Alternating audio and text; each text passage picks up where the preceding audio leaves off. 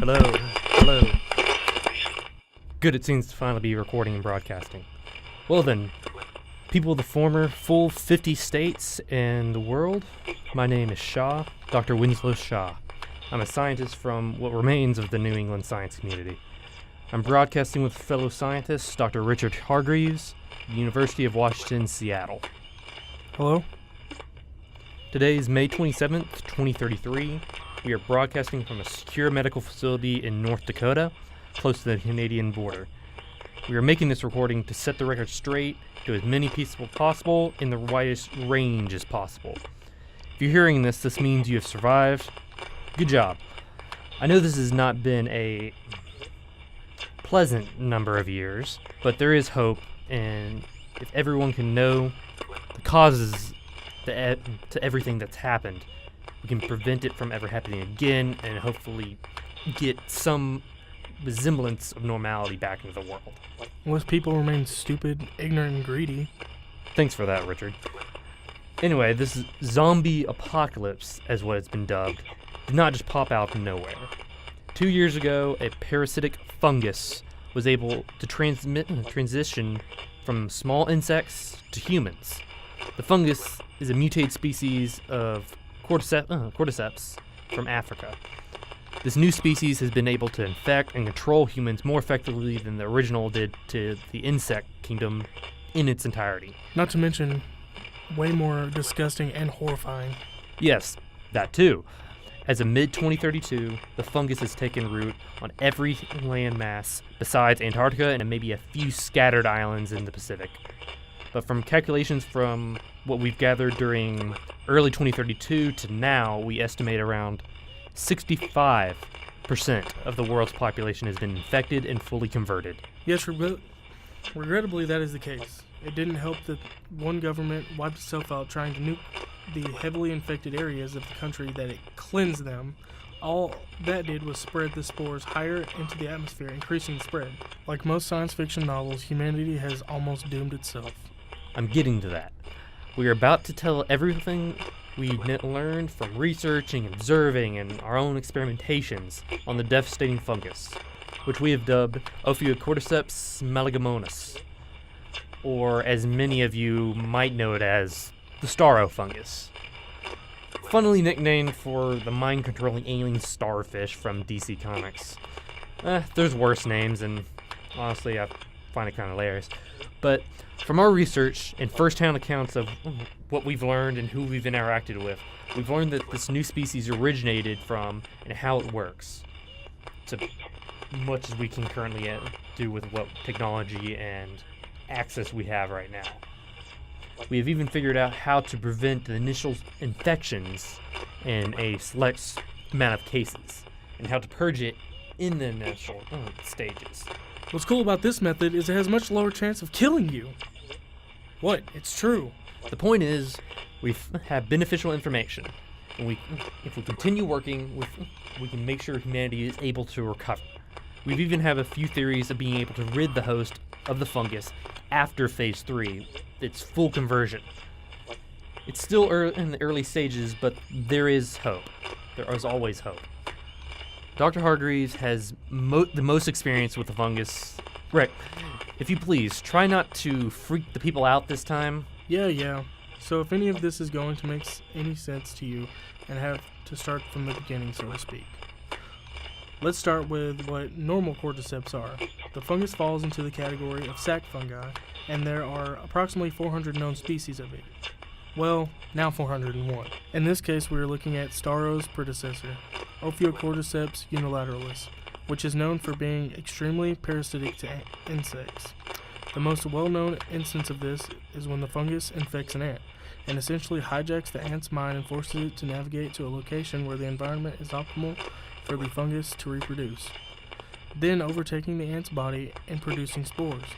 However, this fungus has never had the ability to infect a human host until its recent mutation. Cordyceps have been used in medicine for centuries in places like China, Tibet, without any real trouble. In more recent times, it has been proven to be an asset in organ transplants, as in it inhibits the immune system when it's asexual reproductive phase, and therefore the immune system can't act to reject a new organ. And in a lot of ways, that's a very good thing. This is very helpful in the field of medicine.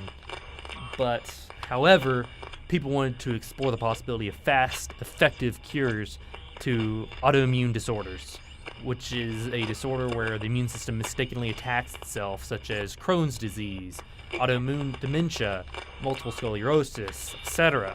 Autoimmune disorders can be reversed for a time, and the idea was to develop a medication that can prevent the corrected immune system functions from ever reverting back to the self-destructive ways.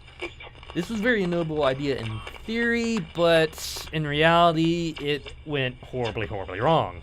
That's a real understatement. Scientists began experimenting on Ophiocordyceps unilateralis, seeing how it could possibly be genetically engineered to do what my colleague just stated. Once they arrived at something that appeared to be successful, they began taking steps to greenlight it for human trials. If you ask me, they might have skipped a few steps and just let the big boss speed up the production of the research faster than what is regulation, never stopping to ask, should we be doing this? Instead asking themselves, can we do this? And how much money will this make us? Rick? Anyway, after years of sped up testing, they began their first set of human trials for the modified unilateralis, and at first, the results seemed promising. People with several different autoimmune disorders healed spectacularly and without relapse for several months. The trouble didn't start until the new drug was starting to make its way to a wider reach of people. The long-term effects of the drug seemed to spawn a mutated resurgence of the fungus in this host, seemingly attacking the brain. Some of the early symptoms included headaches, nausea, memory loss, impact on motor skills, which were things that could be contributed to a variety of causes. Therefore, no one looked to the cordyceps drug until enough of the subjects of the clinical trials began to undergo what we now call the second phase, or mental conversion phase. The mental conversion phase, in this case, entails the consciousness of the higher brain function of the host to be under a sort of comatose state. Basically, all the normal functions like movement are still present, but there's a definite mindlessness arising from the infected. The fungus establishes, let's call it, base growth, so to speak, like the back of the neck, right where the spinal cord meets the base of the skull, so as to intercept transmission of nervous signals going in and out. During this phase, the neck is heavily discolored around the growth and swollen where the fungus is growing. Up to the middle of phase 2, hosts did not even realize they were infected until it was too late. In this state, they were still able to infect others through bodily fluids such as blood, spit, and semen, albeit at much lower chance of infection. Think of it like turning the host into a remote-controlled robot, and this growth as the transceiver and the controller. It's partly due to this aspect of mindlessness in the mutation that made the word zombie start to arise. The hosts are not dead by any means, they are just totally unaware of their actions. The staro fungus produces tendril-like growths and spores in the central or in certain areas of the brain, replacing neurons that send signals to the rest of the body. Primarily in lobes that control motor functions, vision, smell, and sensory parts. For the rest of the brain, the cognitive function like thought and emotions, the fungus releases a propofol-like chemical to induce a constant coma-like state. Some scientists theorize that the fungus keeps their mind in a kind of pleasant dream state in the brain coma. So all in all, the only real long-term damage caused to the brain is from inactivity, nutrient deficiency, and small grooves that the fungus makes in the brain. The term zombie seems to get more appropriate as the conversation speeds up into phase 3 or physical conversion. After about a month, if the host is in the ideal warm environment, you see this growth start to actually push itself through the skin of the host, exposing the massive sunlight that is supplements itself with along the host's nutrient intake. The fungus takes over more and more of the host's exterior and longer they are infected. As phase 3 progresses, airborne spores begin to be produced, incubating within the human host. The spores are released from the tendril growths that have been, at this point, breaching the surface of the skin of the shoulders and upper forearms of the host. The spores have conditioned themselves to be extremely effective, As of now, we actually have a preliminary antifungal drug that can prevent initial infection, or at least drastically decrease the chance. Let me interject here real quick. You didn't touch on how the fungus makes the host move and sustain itself. The hosts are driven solely by the infectious fungus, and at this point it's commanding all the victims to create and spread as many spores as possible. While it does have some base function of normal animalistic instinct, nothing above just looking for food and a mild sense of self-preservation. As with ants, this means the infected host is driven by the command to locate prime environmental conditions for the spore to produce and spread. There have been no reported incidents of cannibalism emerging from any infected human vessels, nor any marked aggression. While they have almost no high brain function, the host is somewhat able to understand that food can be in a package, it can be in a container. No, that doesn't mean they can effectively cook anything or operate a simple can opener. This just means if it's in a bag like crackers or some kind of box, they can rip it open. It's the same thing you see in dogs, raccoons. Animals know there's food in there, they can at least get it open. Anything made of metal, anything harder, they'll give up. Well, they will pretty much eat anything available to them that a normal animal can. They might eat humans if they find a dead body, but they won't go out of the way to kill anything. It just doesn't have that much of a motor function to run and chase after things. It wants to preserve as much energy as it can to produce more spores. What you're seeing is, in my opinion, more like something of a slow, passive horror comic book than an action-packed and bloody horror movie. This infection places small tendrils and growths in various parts of the brain to inhibit certain functions while hijacking others, circumventing the brain's transmitters and sending its own signals. The fungus spreads over more skin surface the longer it's present. The movement is slow but deliberate, made more complicated once the fungus starts to weigh down the victim. With the amount of sleep we get around here, it's surprising I don't forget more things.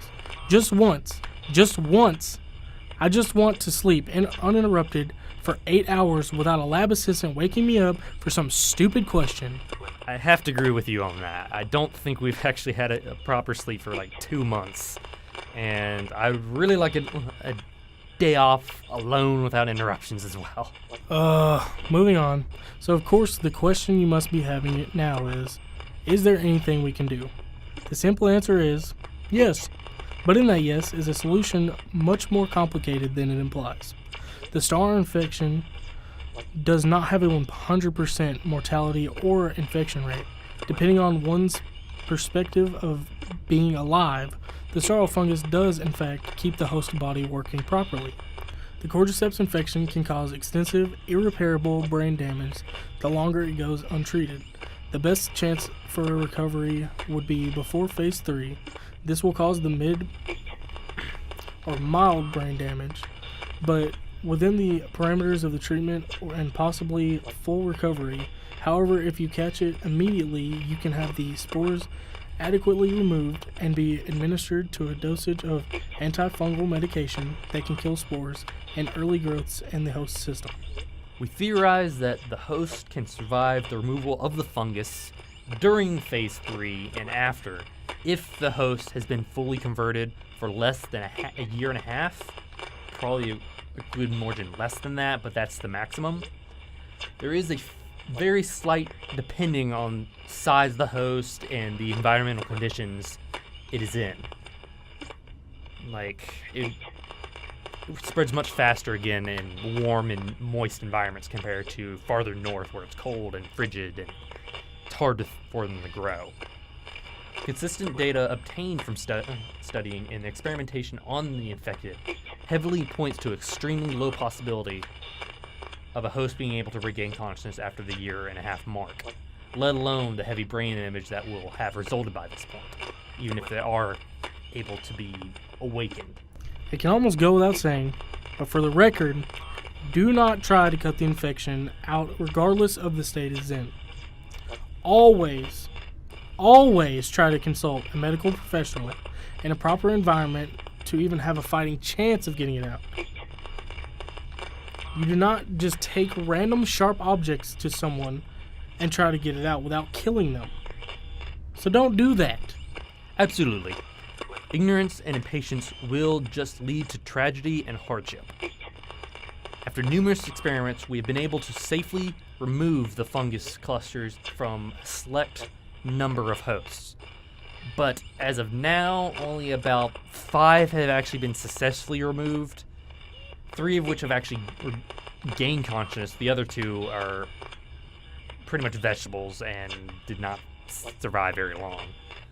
But only 1 seems to be able to function adequately in any formal way, indicating a might chance of recovery, but it's still pretty far out there. And the other 2 subjects have way too much brain damage to function higher than a heavily medicated 2-year-old.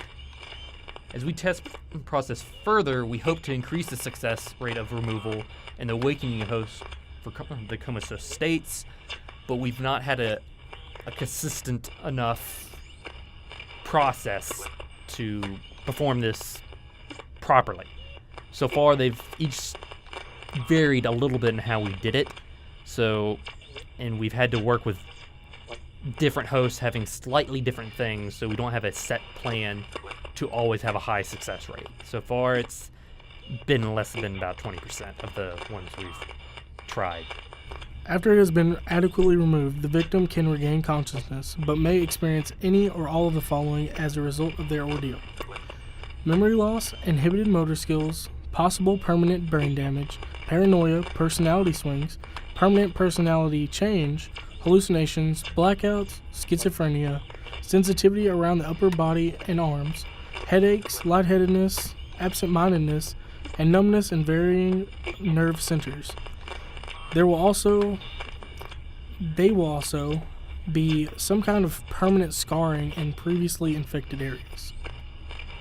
We have been unable to verify as of now if a previously infected person could be reinfected by a stronger strain of the starofungus. If anything, the one successful subject has shown at least some resistance to fungus infections, but we do not want to risk reinfection anytime soon for a number of scientific and moral reasons. As of this month, May, several of the remaining semi-functional governments and scientific institutions across the globe have finally been able to regain some kind of a functional contact basis with another. Scientists from across the globe have started collaborating and sharing their findings. We've been sharing our findings. What we've learned, we've made leaps in the past month and that we've not been able to do in half a year to a year. However, at this point, the governments have made the top priority establishing quarantine zones to prevent any more population from falling to the fungus and at least preventing the initial stages so we don't have any outbreaks, so people will be more likely to come forward and have a higher chance of surviving and getting it out before reaching the second or third phase. As mentioned before, the infected are inclined to migrate to zones with warmer, moist environments. So if you are in need of safety, head higher to in the elevations, high mountain ridges, northern cooler areas. Just don't be anywhere in humid. For, like, example, Texas and Louisiana. It's probably not the best place to stay there. Getting off the topic. It might take years, but if we all work together and act smartly, we can rebuild the world in hopefully another decade or 2. It might take time, but we have to plan in the long run. This isn't like a fiscal year or a trimester. We can't do it quickly. It has to be taken in slow, deliberate steps, or it'll just collapse all over again. We will continue broadcasting this message over the radio as often as we can to a farthest reaches we can. If you can somehow record as well the broadcast and send it to even farther places where you might travel, get this message out. There is hope that we can prevent the population from completely falling to the starofungus, and that we can have a cure. Well, cure, removal more of a cure. Cure makes you feel better, it's there, but understand that's not exactly how it works. But when it comes down to it, any information you have regarding anything you've seen, any of the smallest thing that might be abnormal compared to anything else, so you get us the information. Everything is vital. Any information. You never know when we can make a breakthrough from the smallest thing. The smallest piece of information of some weird action or anything you've seen. So if you can hear our voice through this broadcast, thank you. And from both of us. Thank you. This is Richard Hargreaves and Winslow Shaw signing off.